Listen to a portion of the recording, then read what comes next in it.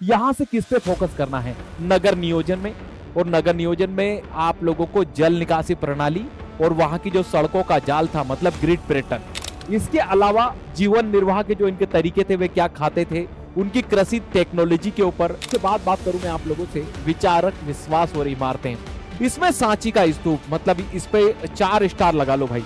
अरे सांची के स्तूप की संरचना और कैसे यह सुरक्षित बचा रहा। नमस्कार मेरे प्यारे बच्चों, इतिहास का डर सता रहा है, किताबें मोटी लग रही हैं, समय कम लग रहा है, चिंता सता रही है कि होगा नहीं होगा, कैसे आर्ट्स में, खासतौर पे इतिहास में अच्छे नंबर, अच्छा स्कोर कैसे ला सके। तो ये वीडियो उन सभी मेरे प्यारे बच्चों के लिए है जिसके पास इतिहास सब्जेक्ट है कक्षा 12 के लिए। इस वीडियो में मैं आप लोगों के साथ उन टॉपिक्स पे चर्चा करूंगा जो आईएमपी हैं, और इतना आप लोग कर गए तो समझ लो आप लोगों के 100 में से 80% कहीं नहीं गए। 100 का दावा नहीं कर रहा भाई मैं, लेकिन 80 भी कम नहीं होते अगर तूने कुछ नहीं पढ़ा है।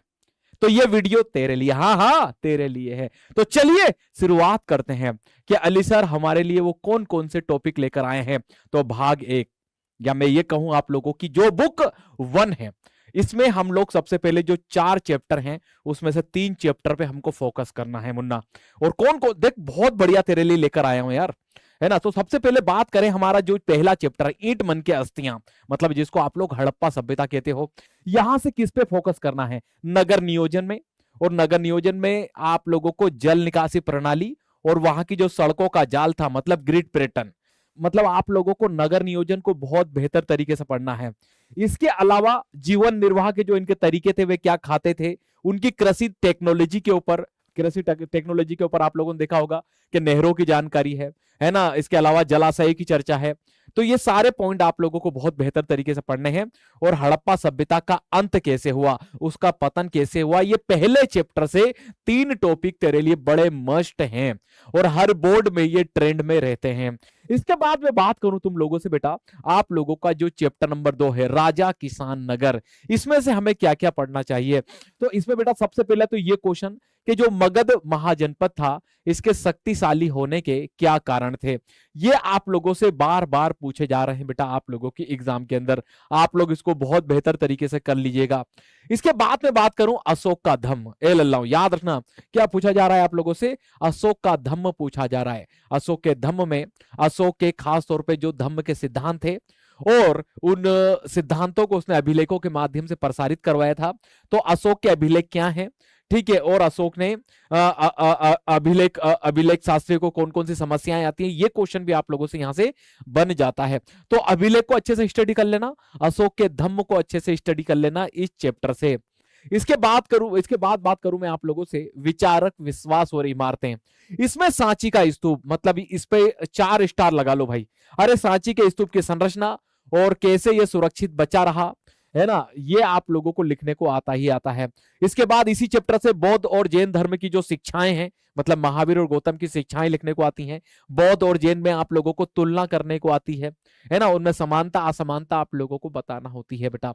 तो ये चैप्टर आप लोगों के लिए मस्ट होने वाला है। ये 3 ही क्वेश्चन आते हैं चैप्टर से एक तरीके से, है ना। बौद्ध और जैन की शिक्षाएं, मतलब महावीर और गौतम की शिक्षाएं, और दोनों में तुलना बताना है, समानता और असमानताओं को आप लोगों को यहां पर बताना होता है। इसके बाद में बात करूं आप लोगों से बुक 2, कौन सी बुक की बात करें बेटा, बुक 2 की बात करें। इसमें यात्रियों के नजरिए से आप लोग देखोगे तीनों यात्रियों से क्वेश्चन पूछे जाते हैं। अल बरूनी की जाति व्यवस्था के ऊपर विचार लिखने को आता है, या एक क्वेश्चन ऐसा भी बन जाता है अल बरूनी का कि किताबुल हिंद पर क्या कीजिए, टिप्पणी कीजिए। मैंने पढ़ा रखा है चैप्टर आप लोगों को। इब्न बतूता से उसने भारतीय शहरों का वर्णन कैसे किया, यह क्वेश्चन आता है। और उसने संचार प्रणाली का वर्णन कैसे किया है।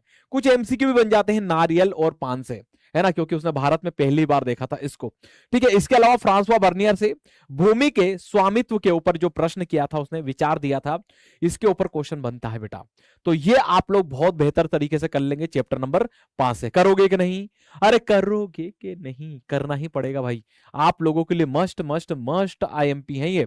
चलिए अगला चैप्टर देखिए, भक्ति एवं सूफी परंपरा। यहां से क्या क्वेश्चन आ रहा है बेटा, तो यहां से कबीर, नानक और मीरा, इन तीनों की शिक्षाएं पूछी जा रही बेटा, हर साल रिपीट। किसी दिन किसी सेट में कबीर की शिक्षाएं, किसी सेट में नानक जी की, किसी में मीरा जी की। इसके बाद सूफी मत से खानका के बारे में पूछ लेते हैं, चिश्ती सिलसिला क्या है ना। तो ये ऐसे क्वेश्चन भी आप लोग करके जाएंगे। सूफियों को भारत की क्या देन है, ऐसे क्वेश्चन बन जाते हैं, है ना। इसके अलावा भक्ति आंदोलन के कारण बन जाते हैं बेटा, याद रखना। तो ये भी आप लोगों से बड़ा आईएमपी क्वेश्चन यहां से बन जाता है। तो अध्याय आप लोग देखोगे 6 आप लोगों को भक्ति एवं सूफी परंपरा में, इन बातों को सबसे अच्छे नोट्स बना लेना भाई, इनके सिलेक्टेड दे दे रहा हूं, लिख के ले लो। अगर जिस बच्चे ने इसको फॉलो कर लिया है ना, नया बच्चा है, उसने नहीं पढ़ा है, तो वो 80% बना ले जाएगा इन टॉपिक को कवर करके, इन चैप्टर से। विजयनगर साम्राज्य से कौन कौन से, यहाँ की स्थापत्य कला पढ़ जाओ भाई। स्थापत्य कला में महानवमी डिब्बा, खासतौर पे ये क्वेश्चन है ना, महानवमी डिब्बा वाला हर साल, मतलब ये 1000 बार आईएमपी क्वेश्चन है भाई।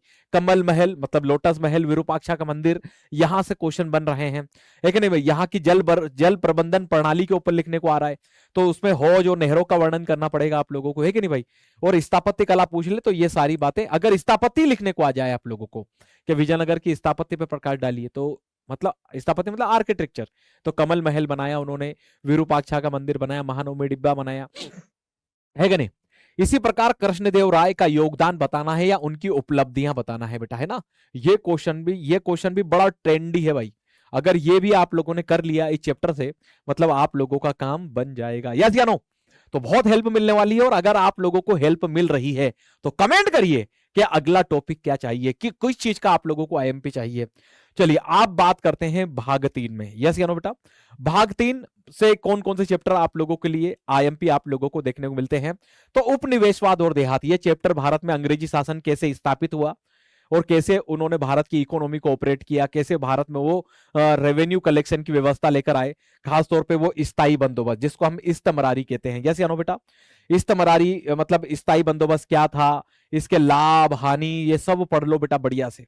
रैयतवाड़ी सिस्टम को पढ़ लो, है ना। सीधा लिखने को आ जाता है कि अंग्रेजों जो ब्रिटिश शासन था उसमें भारत में जो राजस्व प्रणालियां थी उनका उल्लेख कीजिए। तो अगर आप लोगों को ये बेहतर तरीके से इनको डीप में पढ़ गए, आना ही है। संथाल विद्रोह से क्वेश्चन आ ही रहा है ना। संथाल विद्रोह कब हुआ, इसके कारण क्या थे, है ना, इसके परिणाम क्या हुए, है ना। संथाल विद्रोह क्या था, इसके कारण, इसके परिणाम, ये तीनों चीज लिखने को आ रही है, यस या नो बेटा। संथाल पहाड़िया दोनों के बीच में संघर्ष कैसे हुआ, इन दोनों के बीच की लड़ाई को किस नाम से जाना जाता है ना, हल और कुदाल के नाम से जाना जाता ना। तो इसको बहुत बेहतर तरीके से कर लो बेटा। इसके बाद ठीक है, आप लोगों का एक और ट्रिपल स्टार वाला चैप्टर, यहां से भी क्वेश्चन 1857 की क्रांति के कारण पूछे जाते हैं। राजनीतिक कारण, सामाजिक कारण, आर्थिक कारण और तात्कालिक कारण, यस या नो। अफवाहें और भविष्यवाणियां 1857 की क्रांति को लेकर, इसके ऊपर भी लिखने को आ रहा है भाई आप लोगों की। 1857 का जो विद्रोह था वो क्यों विफल हुआ, विफलता के कारण बताना है, क्यों असफल हुआ, सीधा क्वेश्चन लिखकर आ जाता है बेटा। तो सीधे सीधे क्वेश्चन, कुछ मत करो, बढ़िया से अली सर की क्लास, तो वहां सबके जवाब मिल रहे हैं, है ना। बढ़िया से प्लेलिस्ट फॉलो कर लो, कुछ नहीं तो। लेकिन ये तुम लोगों को करना ही है, 80% का दावा कर रहा हूं भाई। अच्छा कर गए, आंसर राइटिंग बढ़िया कर ली। अब बात करूं मैं आप लोगों से महात्मा गांधी वाले चैप्टर से, राष्ट्रीय आंदोलन से। तो देखो गांधी जी वाले जो प्रमुख आंदोलन है, जैसे असहयोग आंदोलन कब हुआ, इसके कारण बताइए, है ना, इसके प्रभाव, कारण व प्रभाव, है ना बेटा, ये लिखने को आता है। इसी प्रकार जो साविनय अवज्ञा आंदोलन था, इसके कारण लिखने को आते हैं, आते ही आते हैं। इसके प्रभाव क्या हुए, लिखने को आते ही आते हैं। भारत छोड़ो आंदोलन के कारण क्या थे, है ना, कारण प्रभाव, गांधी जी के जितने भी आंदोलन है उसके कारण प्रभाव एक साथ लिखने को आते हैं बेटा।